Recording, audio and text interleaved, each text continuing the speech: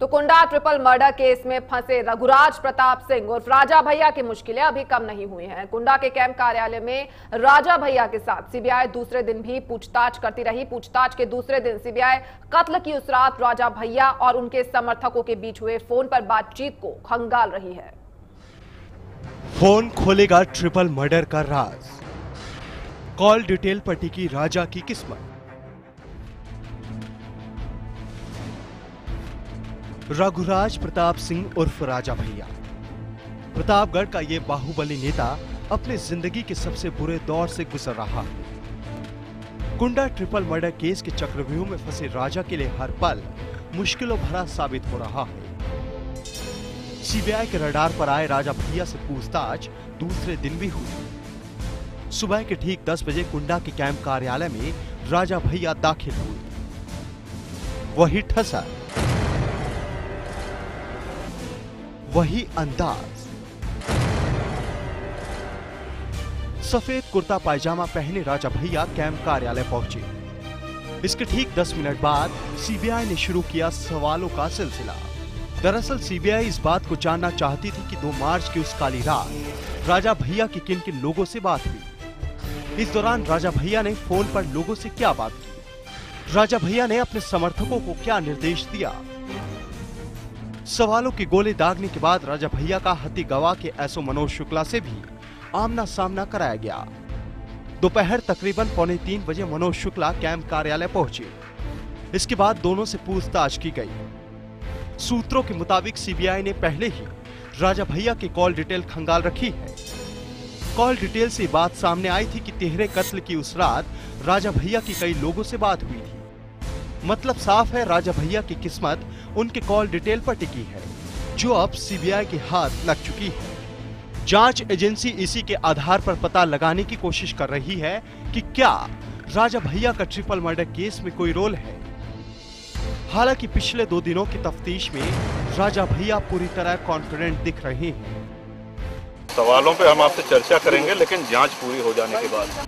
कुंडा triple murder case की कड़ियों को जोड़ने में जुटी सीबीआई के लिए राजा के खिलाफ सबूत जुटा पाना आसान नहीं है।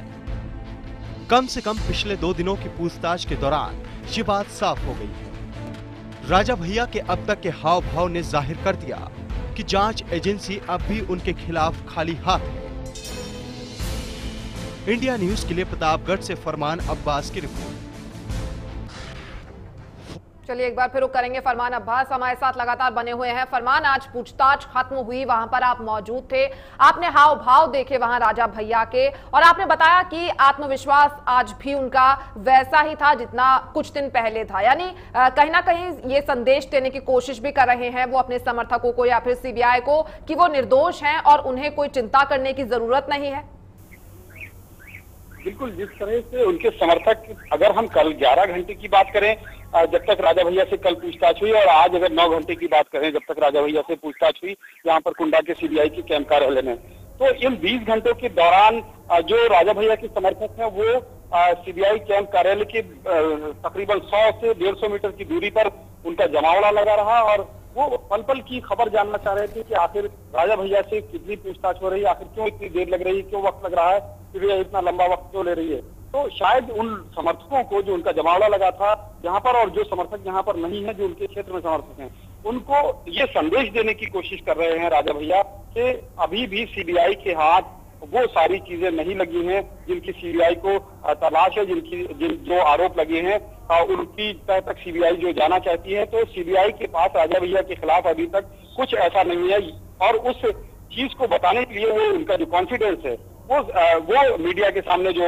झलक रहा है, वो एक संदेश देने की कोशिश कर रहे हैं अपने समर्थकों को कि वो पूरी तरह से अभी भी जो उन्होंने पहले दिन कहा था कि वो निर्दोष है और सीबीआई जांच के लिए तैयार है, वही कुछ शब्द और उसी तरह की कुछ लैंग्वेज की भाषा शैली के अलावा उसी तरह का कॉन्फिडेंस उन्होंने मीडिया के सामने आज भी दिखाया।